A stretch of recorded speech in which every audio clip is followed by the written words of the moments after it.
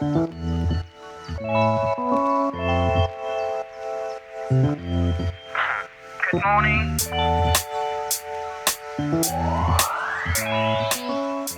I am Dr. Willie Lawrence, an interventional cardiologist, medical director of Center for Better Health and Wellness, medical director for health equity at Corewell Health South, and medical director for the city of Benton Harbor. So much of Benton Harbor brings back memories of my childhood in Cleveland, Ohio.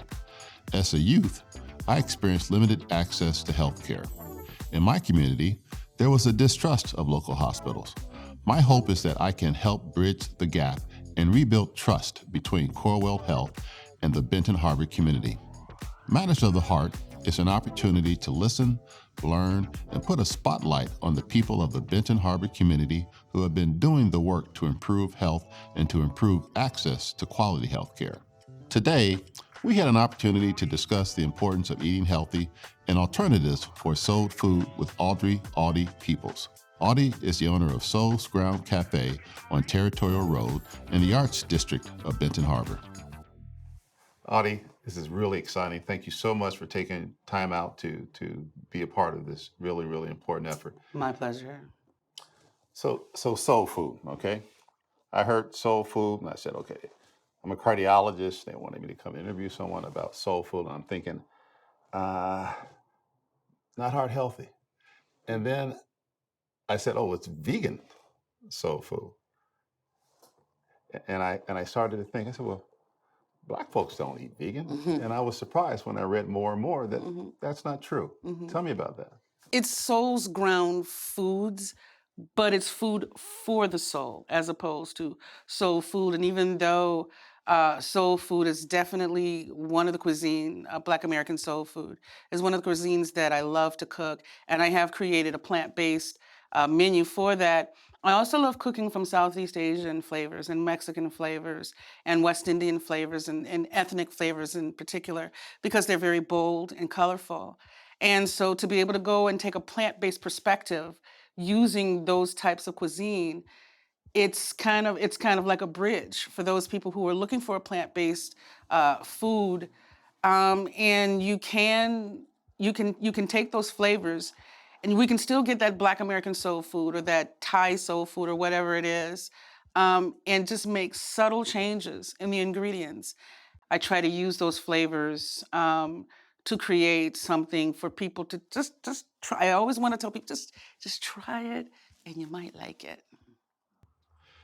Now, one of the things that we understand in medicine is that your lifestyle significantly influences your health.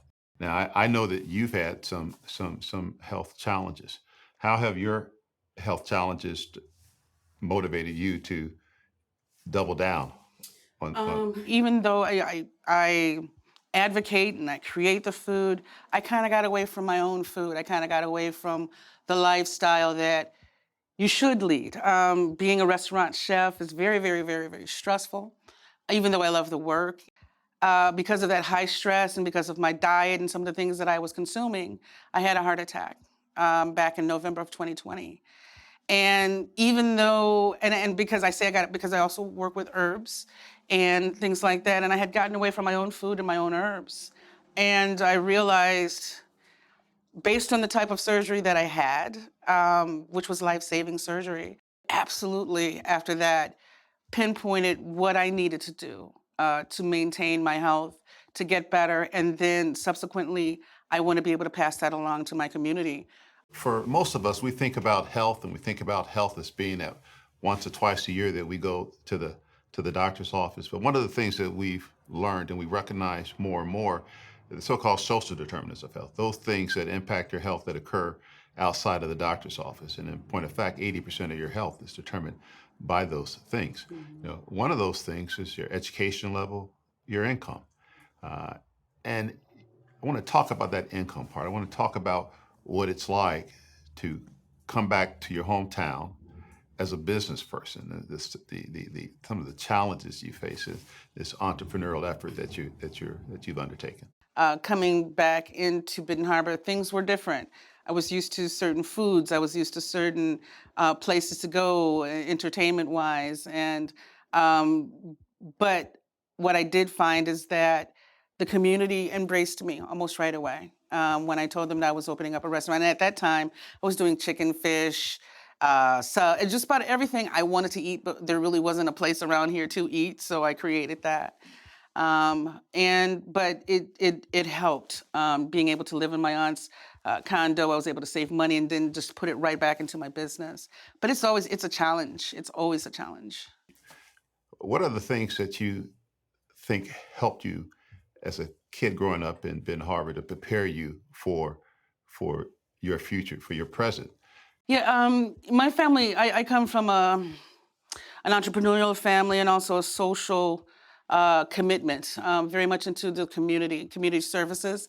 So I actually spent a lot of time of my youth helping out my aunts and my mother. They were in organizations that um, did all kinds of contributions to the community. They were educators. So I got that education as a background. I got the volunteerism as a background. And I realized that you do need help. My dad was an accountant. He had his own accountant business. We had an ice cream shop, which was really cool when you're 9 years old. And my grandfather owned property and a laundromat and all that. So that spirit was already in me. My grandfather also grew food, so I learned how to grow food, and I took that with me. Of course, my grandmother is who I credit for my cooking skills. I watched her cook. So I had a very rich childhood. I thank God, I had a happy childhood. You know, I'm a cardiologist by training. Spent a dozen years at Harvard, 5 or 6 years at Johns Hopkins. When I was a kid, I knew no black physicians. Met the first black physician when I was junior in college. Talk to me a bit about what it was like in terms of the health care that you got here in Benton Harbor as a child, and how you think it compares to the health care that the community gets, healthcare services that the community gets now. When I was a child, of course, the majority of all of my doctors, I hadn't really met a black doctor either. My dentist and doctors were all white, but they were congenial, they were good-natured. And I think that this community would love to see a Black American, African American physician, especially from a cardiologist standpoint, from the heart, because we know that there is a great deal of heart disease that is, it's rampant in our community. And then a few years ago, George Floyd happened, and they hung up a banner that said Black Lives Matter, and they committed $50 million to fighting issues, health equity in this community. I think there is a disparity that we seem to find. I don't know, particularly maybe among African American women, where it feels like we don't get what we should, or the respect, or whatever the case may be. They kind of ignore us a little more. And so, my experience is not the greatest in terms of what I've heard and what I've experienced firsthand. How do you think you change that? How do you create trust and move forward? I mean, a lot of it has to do with action. You can talk all day long about making changes, and you can come up with these really fantastic ideas about making changes. But I think action is really what's going to change the perspective. I absolutely believe that if this is a genuine reach to try to change the mindset of the community, I think it can be done, and it will, as long as the actions continue and we see the change. Well, I'm an optimist too, and I truly believe that with people like you becoming a part of this community in a meaningful way, that we can actually make meaningful change. And so I think this is the beginning of that journey. I thank you for allowing us to enter into your world and see a small amount of what you do. It's my pleasure, and I thank you so much for coming into this community and bringing your expertise and helping make a change for us.